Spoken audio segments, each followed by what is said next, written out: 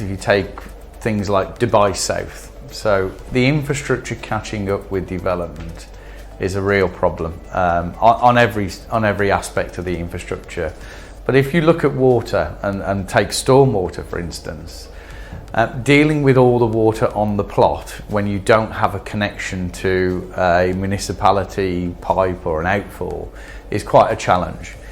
But you can break it up.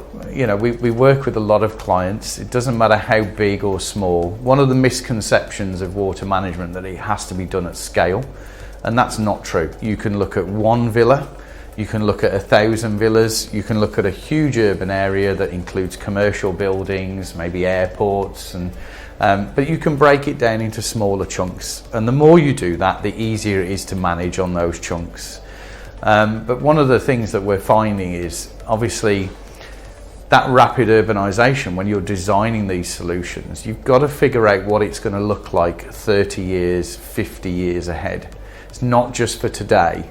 And we're finding that's the curse of the short-termism, right? We're going to use the rainfall data that's 30 years out of date. We're going to design a system.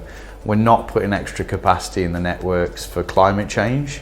We're not thinking what other urban areas are going to be using this infrastructure in perhaps 30 years' time. So there's a bit of forethought in that design, but it is a challenge. But we are seeing systems that are being designed for temporary use.